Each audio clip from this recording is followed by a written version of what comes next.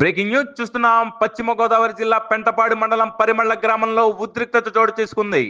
పరిమళ్ళ కాలువ గట్టుపై నివాసం ఉంటున్న సుమారు 30 మంది పూరిళ్లు కూల్చివేత కలకలం రేపుతోంది. ఇప్పటికే 3 సార్లు రెవెన్యూ సిబ్బంది నోటీసులు జారీ చేసినా ఆక్రమణదారులు ఖాళీ చేయలేదని చెబుతున్న అధికారులు, వీరికి పక్కనే ఉన్న జగనన్న కాలనీలో పక్కా ఇళ్లు కేటాయించినట్లు చెబుతున్న అధికారులు, రెవెన్యూ, హౌసింగ్, పోలీసులు, ఇరిగేషన్ డిపార్ట్మెంట్ అధికారులు సమక్షంలో జేసీబీతో పూరిళ్లు కూల్చివేసిన అధికారులు ఒక్కరోజు టైం ఇస్తే ఖాళీ చేస్తామని చెప్పినా వినకుండా తమ ఇళ్లు కూల్చారని ఆరోపించిన బాధితులు, ఇప్పటికే ఎన్నోసార్లు వారికి అవకాశం ఇచ్చామని, మరొక దారి లేక వారి ఇళ్లు కూల్చివేశామని తెలిపిన అధికారులు ఉన్న ఫలంగా ఇలా తమ ఇళ్లు కూల్చేసి ఎక్కడికి వెళ్తామంటూ బాధితులు గగ్గోలు పెడుతున్న వైనం.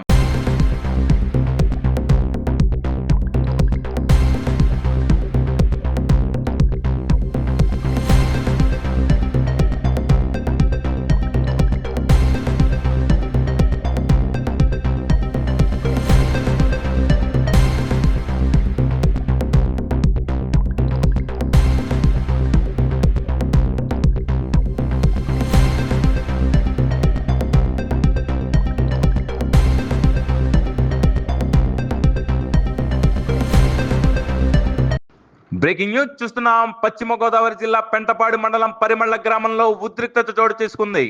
పరిమళ్ళ కాలువ గట్టుపై నివాసం ఉంటున్న సుమారు 30 మంది పూరిళ్లు కూల్చివేత కలకలం రేపుతోంది. ఇప్పటికే 3 సార్లు రెవెన్యూ సిబ్బంది నోటీసులు జారీ చేసినా ఆక్రమణదారులు ఖాళీ చేయలేదని చెబుతున్న అధికారులు, వీరికి పక్కనే ఉన్న జగనన్న కాలనీలో పక్కా ఇళ్లు కేటాయించినట్లు చెబుతున్న అధికారులు, రెవెన్యూ, హౌసింగ్, పోలీసులు, ఇరిగేషన్ డిపార్ట్మెంట్ అధికారులు సమక్షంలో జేసీబీతో పూరిళ్లు కూల్చివేసిన అధికారులు ఒక్కరోజు టైం ఇస్తే ఖాళీ చేస్తామని చెప్పినా వినకుండా తమ ఇళ్లు కూల్చారని ఆరోపించిన బాధితులు, ఇప్పటికే ఎన్నోసార్లు వారికి అవకాశం ఇచ్చామని, మరొక దారి లేక వారి ఇళ్లు కూల్చివేశామని తెలిపిన అధికారులు ఉన్న ఫలంగా ఇలా తమ ఇళ్లు కూల్చేసి ఎక్కడికి వెళ్తామంటూ బాధితులు గగ్గోలు పెడుతున్న వైనం.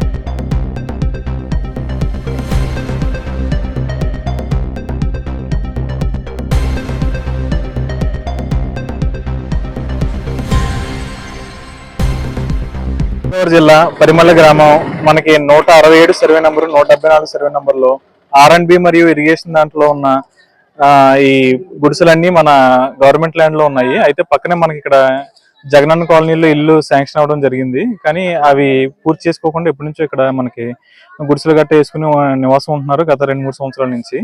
మన కాలువ గట్టికి వెళ్ళడానికి రైతులకి ధాన్యం కోసం అయితే ఏంటి, ఇంకా రైతులకి వెనక చాలా బాడవ ఆయకట్టు ఉంది, అక్కడికి వెళ్ళడానికి అయితేనేమిటి, మనకి కాలువకి మెయింటెనెన్స్ నిమిత్తం దాని గురించి అయితేనేమిటి, ఇక్కడ R&B వాళ్ళకి కానీ ఇవన్నీ మనకి ఈ ఆక్రమణలో ఇబ్బంది అవుతున్నాయని రైతులు పలుసార్లు మన దృష్టికి తీసుకురావడం జరిగింది. అలా రెవెన్యూ MRO గారి దగ్గరికి, పంచాయతీ వాళ్ళ దృష్టికి తీసుకురావడం జరిగింది. దాని ఆక్రమణ తీసుకునే క్రమంలో మనకి పంచాయతీ వారు అంటే GVMS 1888 అనుకుని మనకి దాన్ని అనుసరించి మనకి గత 3 సార్లుగా మనకి నోటీసులు ఇవ్వడం జరిగింది. ఇక్కడ మనకి ఆక్రమణ తొలగించమని జూలైలో ఒకసారి ఇవ్వడం జరిగింది మొదటిసారి, రెండోసారి మనకి నవంబర్లో మొదట్లో ఒకసారి ఇచ్చారు, తర్వాత మొన్న పోయిన వారంలో కూడా ఇవ్వడం జరిగింది. దానికి అనుగుణంగానే ఈ రోజు ఇక్కడ ఆక్రమణలో చర్యలు మన MRO గారు, MDO గారు, పంచాయతీ వాళ్ళు, రెవెన్యూ వాళ్ళు, ఇరిగేషన్ మొత్తం అందరూ సమక్షంలో ఇవాళ ఈ ప్రక్రియ జరుగుతుంది అన్నమాట. గణేష్ అండి, మా ఊరు గ్రామ సర్పంచ్ గారు కోటేష్ గారు ఇల్లు కట్టుకునే వాళ్ళకి ఇల్లు కట్టుతారని కాంట్రాక్ట్ గారిని ఎవరైనా తీసుకొచ్చారండి. ఆయనకి 20,000 ఇప్పించామండి మనిషికి. మా మామూలు 50,000 ఇచ్చారండి. లోన్ డబ్బులు కూడా అలా తీసుకున్నారండి, మా లోన్ మెటీరియల్ కూడా అలా తీసుకున్నారండి. ఇప్పుడు ఆయన తీసుకొచ్చి గ్రామ సర్పంచ్ గారు మళ్ళీ మాకు ఏ సంబంధం లేదని చేతులు ఎత్తేసారండి ఆయన. ఇప్పుడు ఆ డబ్బులు లేదని మేము ఇల్లు కట్టుకోవడానికి కూడా లేదండి. ఆయన తీసుకొచ్చాయండి. ఇది గవర్నమెంట్ ద్వారా కట్టించేత మీరు ₹1,00,000 ఇస్తే చాలు అలా కట్టేస్తారు మొత్తం స్లాబ్ తో సహా అని చెప్పి అలా చెప్పారండి. అలా చెప్పి మళ్ళీ చేతులు అలా చెప్పి తీసుకొచ్చి డబ్బులు ఇప్పించి తర్వాత చేతులు ఎత్తేసారండి. ఇప్పుడు మనిషికి 50,000 వస్తాయండి ఒక్కొక్కరికి వాళ్ళ దగ్గర నుంచి. వాళ్ళెవరో కూడా తెలియదు మాకు. ముక్కు ముఖం కూడా తెలియదు. మా ఊరు ప్రెసిడెంట్ గారు తీసుకొచ్చి చూపించారండి. ఇప్పుడు అడిగితే నేను సమాధానం చెప్పలేదు, నాకు సమాధానం చెప్పట్లేదండి. మాకు ఇల్లు కట్టుకోవడానికి దారి కూడా లేదండి. ఇప్పుడు ఎలా కట్టుకోవాలండి? ఇప్పుడేమి ఇల్లు తీసేయమంటున్నారండి. అక్కడ ఇప్పించేసి ప్రెసిడెంట్ గారు డబ్బులు ఇప్పించడానికి ఇక్కడ మమ్మల్ని ఇల్లు వేసుకోమని ఆయన చెప్పారండి. ఇప్పుడు ఆయన వచ్చి ఇల్లు తీసేయమని ఇప్పుడు అర్ధరాత్రి వచ్చి గెంటేస్తున్నారండి. 3 సార్లు మార్పించారండి మమ్మల్ని. అక్కడ మన తలమొచ్చిన కూడా చోటు ఇస్తలేదని చెప్పు. చాలు తీగేవండి ఇల్లు అక్కడ వేసుకోవాలి ఎక్కడ వేసుకోవాలని ఇబ్బంది పెట్టారండి. ఇప్పుడు దాకా సంవత్సరం కూడా అవలేదండి ఇల్లు ఇప్పేసుకొని. ఇల్లు వేసుకున్నా మళ్ళీ పీకేమని బలవంతగా జీజోబుని తీసుకొచ్చి పీకిచ్చేస్తున్నారండి.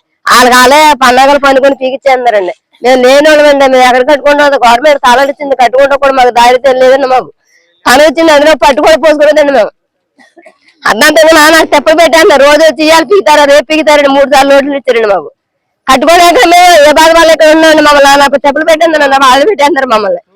రోజులు ఒకరోజు కాదండి, రోజులు వచ్చేస్తారు. రోజులు ఇబ్బంది పడుతున్నారు. ఇవాళ మాత్రం పీకేందరు మొత్తం పీకేసి మొత్తం వాళ్ళకి అలా పీకేసుకుంటారండి. మొత్తం రైలు చేసి పీకించండి అలా పీకేందరు వచ్చేసి. మేము ఎక్కడికి వెళ్ళిపోతే అర్ధరాత్రి తెల్ల తీసుకొని మేము